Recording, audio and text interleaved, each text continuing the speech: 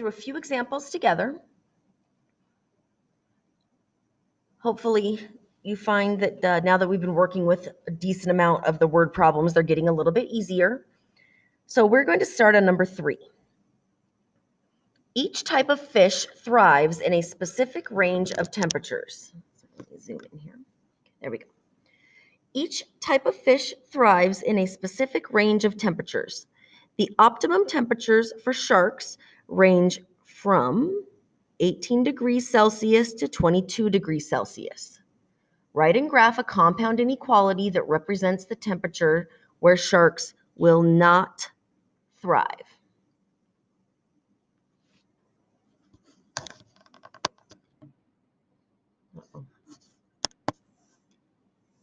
Sorry, I'm trying to make it so that it's not auto-focusing every time I write. So we want to know when they will not thrive.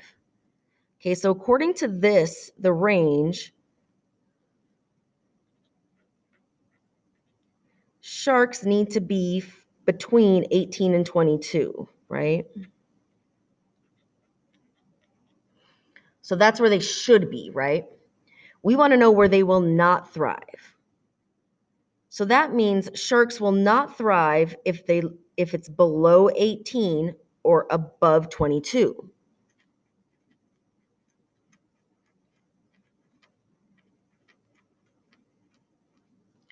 Right? So they will not thrive if it's below 18 degrees or above 22 degrees.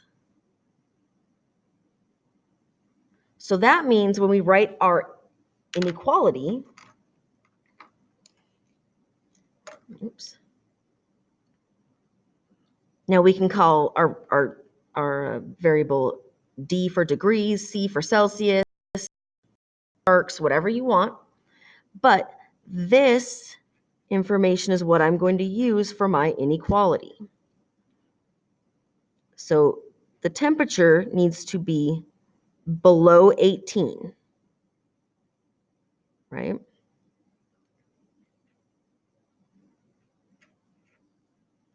It's not going to include 18 because 18 is an optimum temperature. So because 18 is optimum, I need my degrees to be less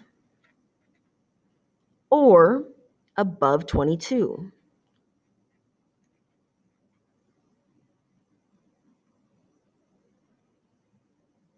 So my graph is going to have 18, 22, below 18, above 22. So remember, our optimum degrees are what's in the middle here, right?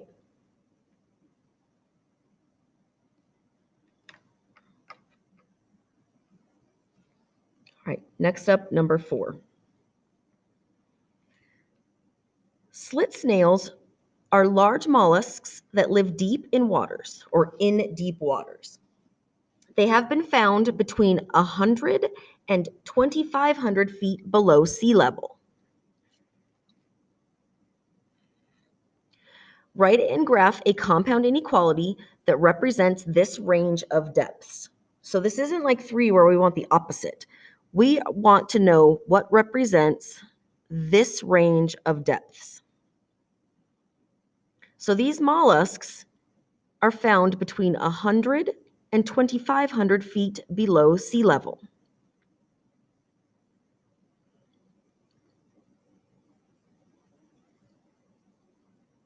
So we're looking at negative 100 all the way to negative 2,500, right? Because below sea level would be negatives, right? So if we're looking at the sea, if we have the ocean, and we're at negative 100, and we go all the way down to negative 2,500, these mollusks are found in between those temperatures, right? So our inequality We call it S for snails. The lowest they can go is 2,500 below sea level, so negative 2,500. The highest they can go is negative 100. So my snail is in between those two distances.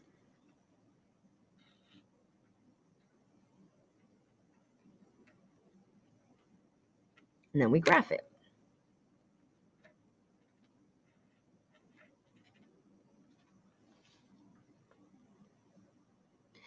And we know that it's included because it isn't like no, if it says like no more than, it's included.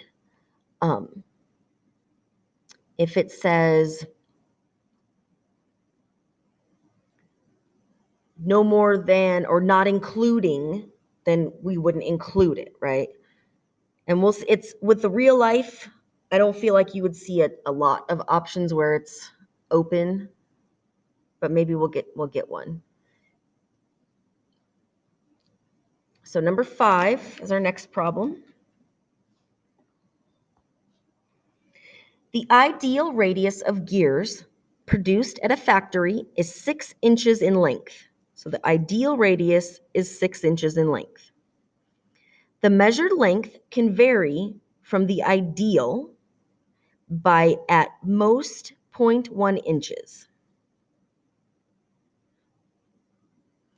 The gears with radius beyond the tolerated lengths will be thrown away. Write and graph a compound inequality that represents the lengths of the gears thrown away.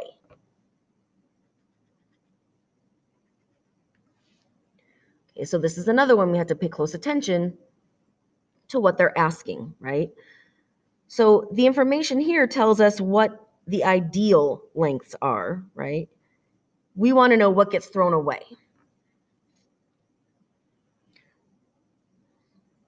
So the radius is 6 inches. So that's what we want, right?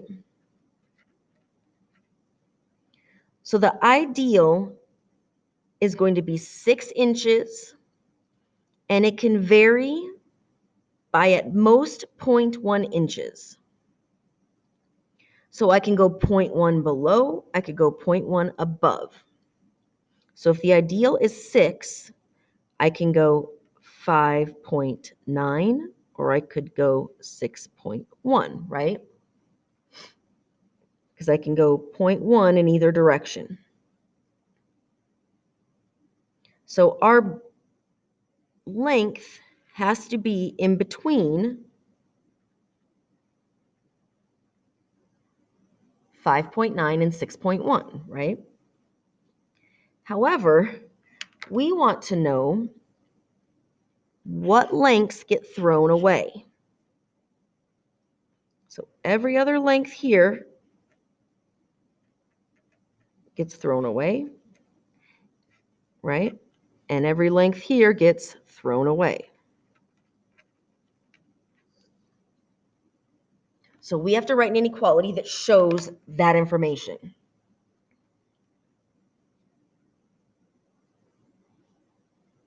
So anything that's less than 5.9, we can't include it because 5.9 is actually okay. That's actually going to be allowed. So x has to be less than 5.9, right? Or x has to be greater than 6.1. But we can't include them because those numbers are actually not ideal, but they're acceptable, right? So when I graph it,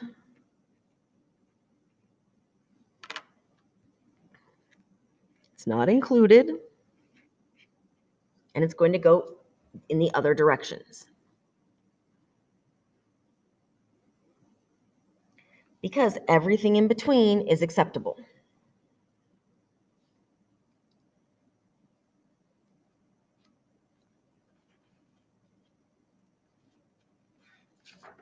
All right, so turn your paper over and look at number 11. The force exerted on a spring is proportional to the distance the spring stretches from its relaxed position. Suppose you can stretch a spring a distance of d inches by applying a force F in pounds. For a certain spring, the distance stretched can be found by using the following formula. If the spring stretches from 20 to 32 inches inclusive, so that just means including everything in between as well. So it's going to be including everything from 20 to 32 inches. Write and solve a compound inequality describing the range of force exerted on the spring. All right, so distance stretched is d, right? And we're told that we can go from 20 to 32 inches. Inches is a distance, right? So our distance and inclusive also means including, right? So my distance can go between 20 and 32.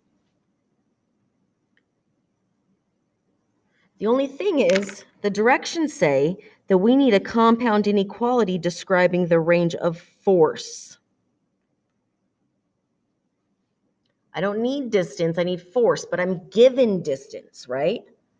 However, I am also told that d equals 0.8 f. So instead of distance,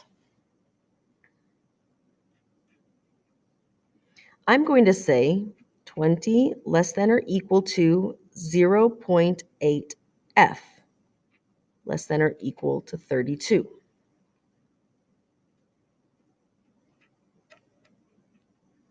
Right? So because distance equals 0.8 f, that actually gives me what I'm looking for to find my range of force. And now we just solve it. So I'm going to divide each side by 0.8.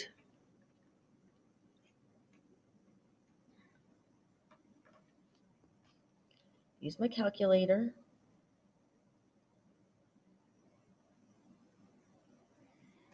And I get 40 on this side.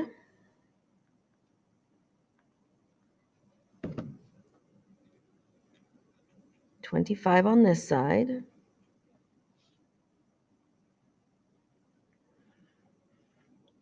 Find a spot to graph this.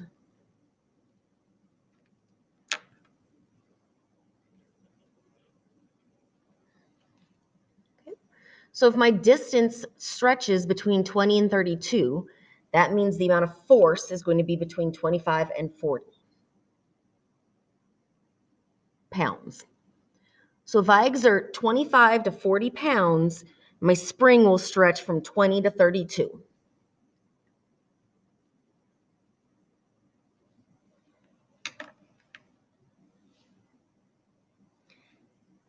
Number 12, a ski shop sells skis with the lengths ranging from 150 centimeters to 222 centimeters. The shop says the length of the skis should be about 1.2 times a skier's height. Write and solve a compound inequality that represents the heights of skiers the shop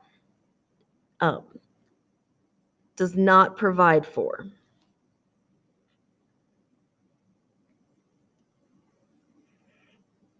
So, and he does not.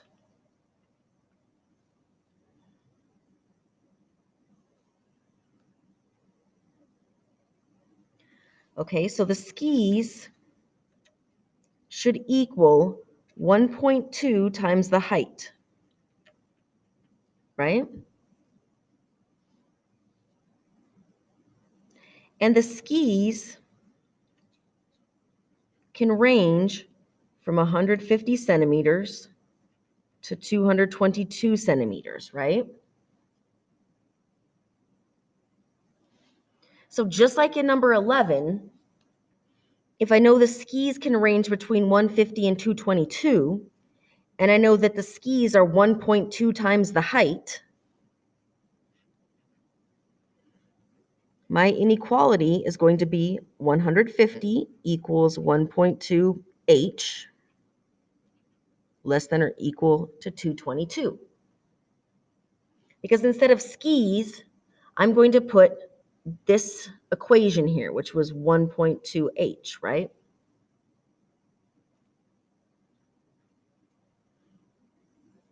So the height times 1.2, which is our ski length, has to be between 150 and 222. And we include them because if it says it's ranging from those lengths, it's given that that's an included amount. And then we just solve. Divide each by 1.2.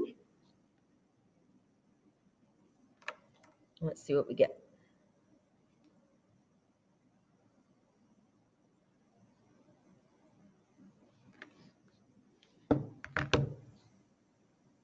I get 125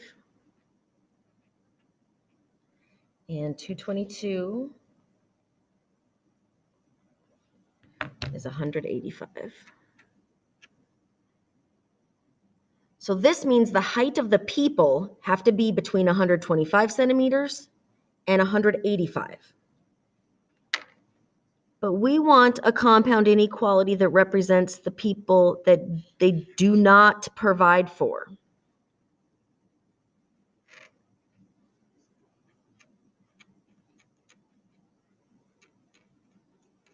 So who do they not serve? Anybody that doesn't fit in this range, right? So we need people, if the height, so if I ignore this top part, if my height has to be greater than 125 to be included, then I need to say it's going to be less than 125. Or we also include heights less than or equal to 185. So we're going to not include people's heights that are over 185.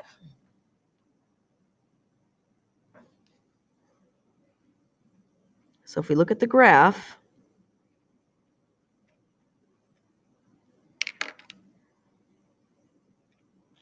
people that are less than 125 or taller than 185.